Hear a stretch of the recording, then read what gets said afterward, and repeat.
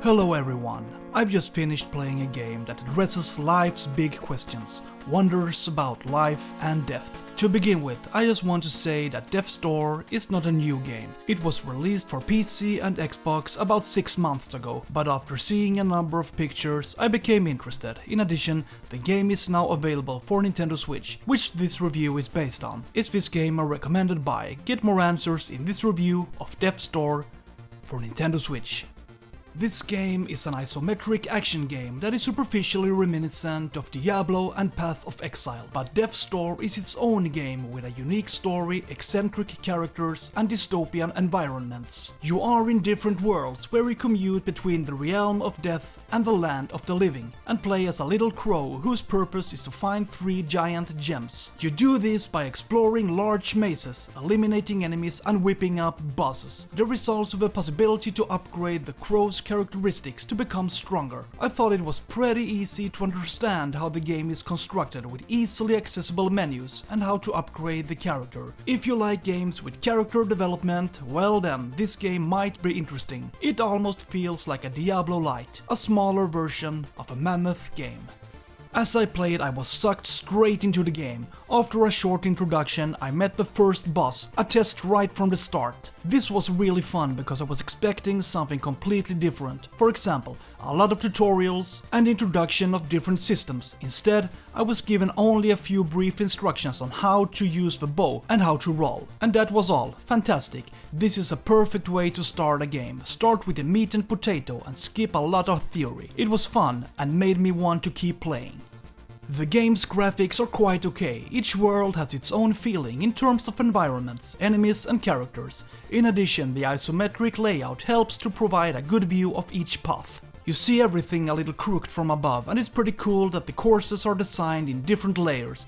Sometimes you have to think twice to get to a new plateau or find a secret underground tunnel. It feels like the game developers have been creative in creating different playable levels. I like it.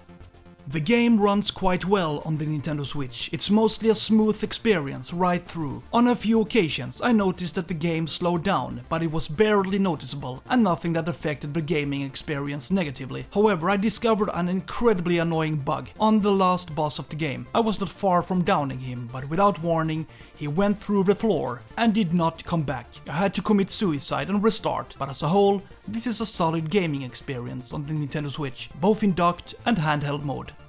You can upgrade your character's skills by talking to Darwin the Vault Keeper. There are 4 different stats that can be upgraded: strength, dexterity, haste and magic. The problem is that you need soul energy to be able to shop for different upgrades, which means you have to explore different areas and see if you can find more energy. You also gain energy by eliminating enemies, but I discovered pretty quickly collecting soul energy by killing mobs is a real grind fiesta. At the beginning of the game, each enemy gives 2 points per kill, which means that you need to eliminate lots of enemies in order to buy upgrades. Therefore, it's a good idea to pick the pink balls because they give a chunk of energy, or kill all the mini bosses. They also give some extra energy. In any case, I have always thought it was fun that one's character can gradually develop and become stronger over time. It can be a bit grindy to gather energy, but at the same time it's satisfying to achieve your goal and become stronger. The game is like a giant maze. I have to admit that on several occasions I did not know where I was and it felt like I was running around blindly. I had no idea where I was going or what I was looking for. Maybe it would have been a good idea if there was an available map or something that gave an indication of where to go. It gets a little tiring in the long run. You often run around in narrow corridors and it's easy to get lost. A lot looks the same and you wonder which way to choose. The game's courses can be confusing, which sometimes makes you feel overwhelmed by all the possibilities. The camera has a zoomed out perspective. This makes the crow very small. I think this is a bad aspect of the game because you have to strain your eyes to see what happens. It's especially noticeable on boss fights where you have to focus on the boss's various attacks. Everything is so small, and the fact is that on a couple of occasions I had to put the game aside to rest my eyes.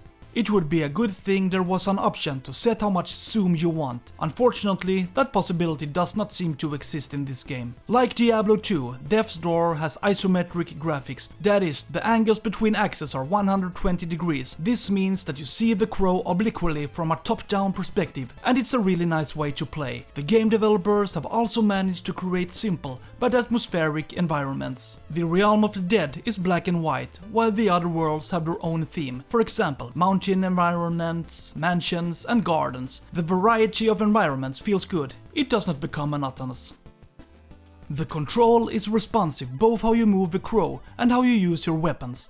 There are a couple of attacks with both strengths and weaknesses. For example, the basic attack where you just swing your sword, or a more advanced attack where you first roll and follow up with a stronger attack. Unfortunately, some attack techniques felt completely unnecessary, and I thought they were risky to use. There was a risk of getting injured. Most of the time I used a combination of the basic sword attack and ranged fireballs. That was enough to make it through the game. Ranged attack can, however, feel a little difficult to control because you aim with the left stick. I discovered that ranged attack were sensitive to use, and it was unfortunately easy to miss even if you thought you were aiming correctly. I found it quite annoying and difficult to control, but overall the control was good. Sometimes you have to get used to how specific attacks work to get better at the game. During the game, you fight against imaginatively created enemies, despite the fact that they sometimes look quite cute or even reminiscent of feces. You should not be fooled by their shape. They can be tricky to eliminate. All monsters have their unique attacks and it is recommended to learn how they behave. Otherwise, you risk getting hurt pretty quickly. As I played through the game, I noticed that it was quite difficult to time the enemy's attacks. They can come at any time, therefore you had to be patient and wait out your opponent. Learn how they attack and then counter with your own attack. This can be a bit tricky, especially if you're fighting many enemies at the same time. This is when you have to take it easy and be strategic. Figure out which enemies are most dangerous and should be prioritized first. This is an entertaining aspect of the game. There are also a lot of super enemies and bosses in the game. They require you to be alert and learn its mechanics. Just like with the usual enemies, it's important that you have patience and be careful. If I tried to eliminate a boss and ignored the boss's mechanics, I usually ended up losing myself. I think it's fun to have to be strategic, to learn how each boss behaves, what attacks and movement patterns they have. It's almost as if the bosses become a puzzle in themselves. Death's Door is an indie game that is mostly entertaining. It's fun to develop the crow and get stronger. It's also fun to figure out how all the enemies and bosses work. The environments in the game are varied and each world has its own unique style. However, I didn't like that you couldn't zoom in. My eyes got tired. It can also be a little confusing with where you are. There are many portals and possible paths to choose from, so a map would be good to have access to. The game has a replay value. It continues after you finish the main story. You can try to find all the things you missed and complete the game 100%. Also, I do not want to spoil, but there is more to do after you finish the game for the first time. The difficulty of the game is quite high, usually due to having a limited health bar and encountering enemies that can be tricky to kill. But if you have patience and learn the pattern of the enemies, this is fully doable to cope with. Death's Door is definitely a well-crafted indie game for the Nintendo Switch, and I do recommend a purchase, especially if you like isometric action games. Please subscribe to my channel for more reviews and other content to come. Have a good day, bye.